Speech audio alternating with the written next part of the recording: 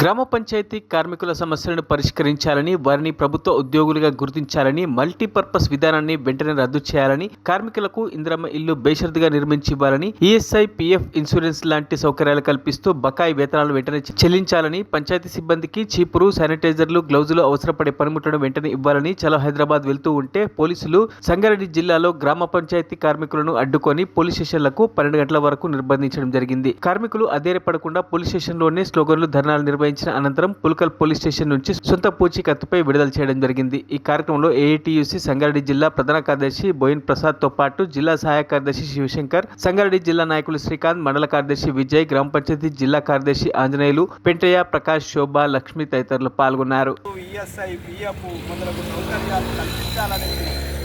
హైదరాబాద్ బయలుదేరుతుంటే ఈ రాష్ట్ర ప్రభుత్వం రేవంత్ రెడ్డి ప్రభుత్వము పర్మిషన్ ఇవ్వలేదు. పర్మిషన్ ఇచ్చినట్టే ఇచ్చేసి మళ్ళీ రద్దు చేసింది. అలాగనే రేవంత్ రెడ్డి ప్రభుత్వము ఈరోజు గ్రామ పంచాయతీల పొట్టను కొట్టడం కాదు. ఇప్పుడు మీరు గ్రామ పంచాయతీ కార్మికుల సమస్యలను పరిష్కరించకుంటే రేపు రాబోవు రోజుల్లో ఇంతకన్నా ఉధృతమైన పోరాటాలు చేసి ప్రభుత్వాల మెడలు వంచి మా హక్కులను మా హక్కులను పరిష్కారం చేసుకుంటామనేసి ఈ రాష్ట్ర ప్రభుత్వాన్ని, కేంద్ర ప్రభుత్వాన్ని హెచ్చరిస్తున్నాం. అలాగనే ఈరోజు మల్టీపర్పస్ విధానాన్ని వెంటనే రద్దు చేయాలి. అలాగనే గ్రామ పంచాయతీ కార్మికులను వెంటనే పర్మనెంట్ చేయాలి.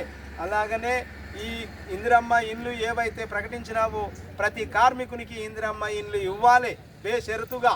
అలాగనే ఈ ప్రభుత్వ పరంగా ఏదైనా వెసులుబాటు పనులు, ఏదైనా పథకాలు ఉంటే ఖచ్చితంగా గ్రామ పంచాయతీ కార్మికులకు వర్తింప చేయాలనేసి ఈ రాష్ట్ర ప్రభుత్వాన్ని, కేంద్ర ప్రభుత్వాన్ని ఏఐటీసీ జిల్లా ప్రధాన కార్యదర్శిగా బోయిన్ ప్రసాద్ జిల్లా కమిటీ నుంచి హెచ్చరిస్తున్నారు. మరిన్ని అప్డేట్స్ కోసం మా ఛానల్ని సబ్స్క్రైబ్ చేయండి.